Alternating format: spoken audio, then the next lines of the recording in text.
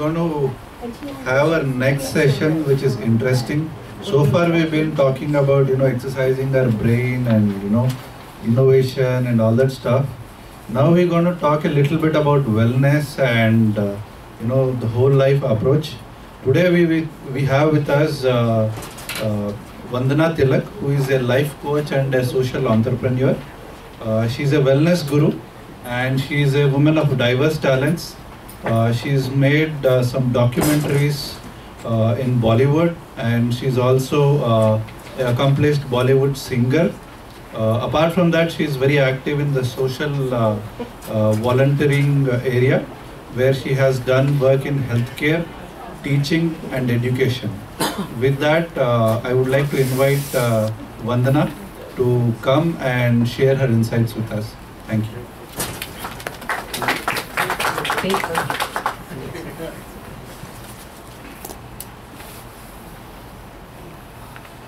Good evening, everybody. Good evening. Come on, guys. Thank you.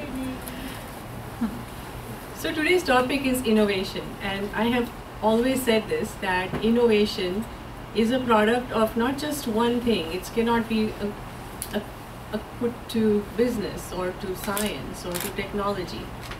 And since this morning, we have been given so many insights by Ashima, our fearless yet very vulnerable leader here tonight, by Neil, by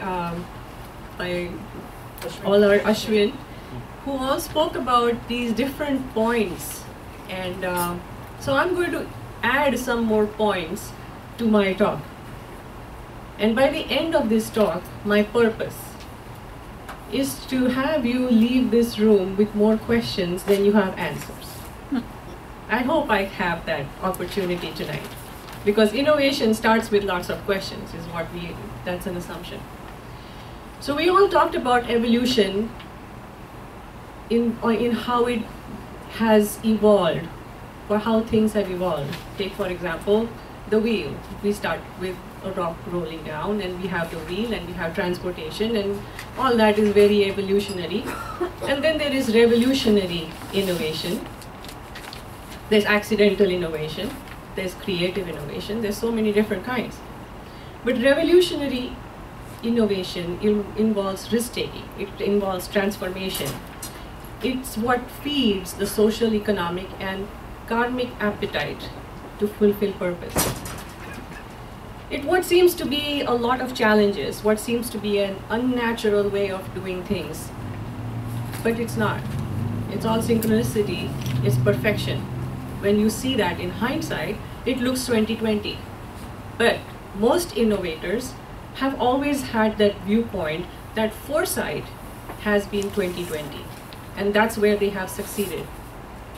So today I'm going to tell you a little bit on how the science and art of balancing not just your business side or your physical side or your emotional side are not different things. They're all the same things. We often tend to compartmentalize our lives. When we come home, we put aside the BlackBerry and we get along with dinner and family and talking with our children or whatever else we do when we come home. We don't realize that all of these things are so intertwined that when we sit down to solve our problems, when we compartmentalize, we miss the whole balance of this equation that we call our universal lives. That everything, every person, everything that breathes on this planet is intertwined. I'll start with with a few minutes about the science of balance, and that's where my science of Ayurveda comes in. I'm assuming that we are all Indian here. We all know what Ayurveda is. It's the science that began 5,000 years ago, and it was just simple observation, which we all do right now. When we observe things as they happen in this planet, we write down, we take notes, we change things. So many thousands of years ago, people started seeing of what was outside around them.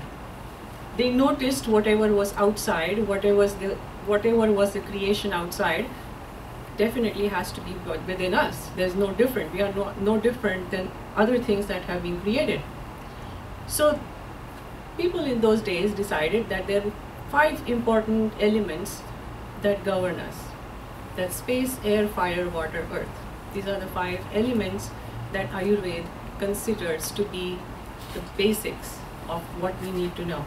And believe me, by the end of this talk, you will be able to put these different elements not only just in your physical sides, but your emotional, spiritual, and your workplaces. So these elements together form doshas. We are all born with a unique constitution. The doshas are created by these 5 elements. Space is all the hollow parts of our body. Anything that has a cavity, like the ear canal and all these are space. We need that. Air is everything that moves in our body, whether it's circulation, whether it's our heart beating, whether it's our lungs moving, whether it's digestion. That's the air element. Fire element is the fire of transformation. In us, it's in the form of liquid forms like enzymes and acids.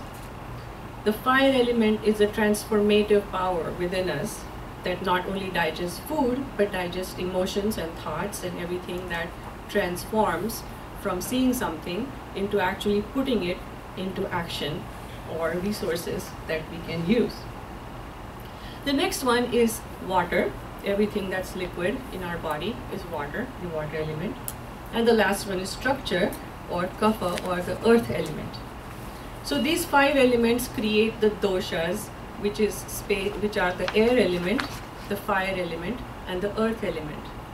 They have Ayurvedic names of vata, pitta, and kapha.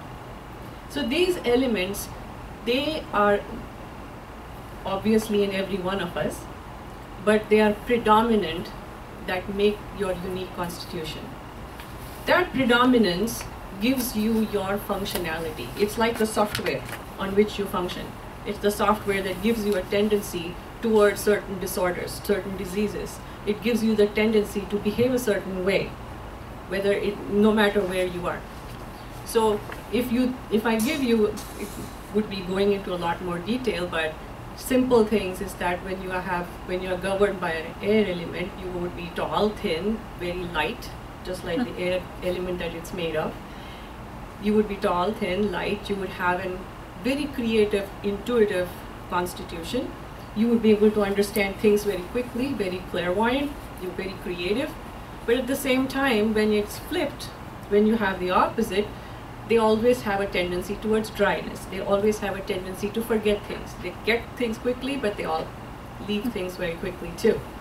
So the air element people tend to have disorders that are related to dryness, that are related to mobility, and that are related to being cold.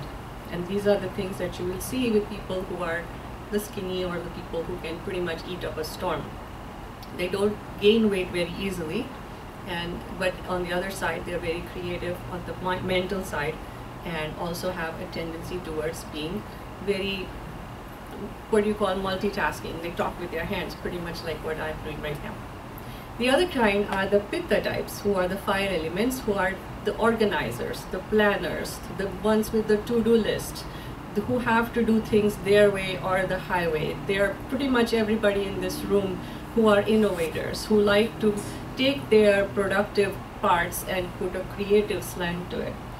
The pitta type of people also have disorders that are related to heat, which is the fire element, and they tend to have disorders like acidity and indigestion or anger, or these are the emotional disorders or the physical disorders. The last one being the kapha or the earth dosha. They tend to be heavy, they tend to have very good immunity, they tend to remember things very, very well, and they also tend to be the ones who say yes the most. They're also very stable. They would be the people you would see in your company who would be there for 20, 30 years, who would love doing the same work over and over again. So these 3 elements, these 3 doshas contribute towards how you behave, how you react, and how you respond to things. They are also the functionalities that, as I mentioned, that will give you how you see things and how you plan things.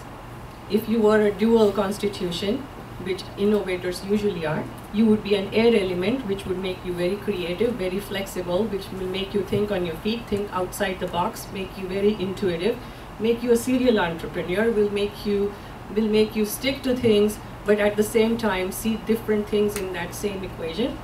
You will also be a fire element, which will make you very organized, which will help you delegate, which will help you make sure that things are done at the proper time.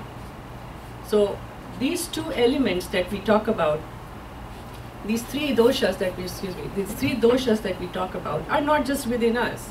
If it applies to us, it pretty much applies to everything that breathes, but it also applies to the time of the day, it also applies to the season, it also applies to your lifetime.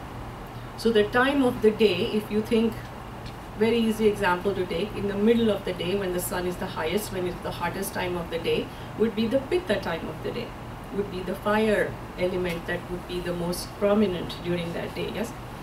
So that day, at that time, for us busy people who love to skip lunch, if you use that time of the day at 12 o'clock to eat your lunch, and I know this is really, really difficult for us, not skip it, not change it to another time, but eat it at 12, you're using the dosha of the day to support your digestion. You're using that to support your transformative and your digestive fire, yes? So if you miss that, let's say you ate a big breakfast, you skipped your lunch, what happens at 3, 4 o'clock?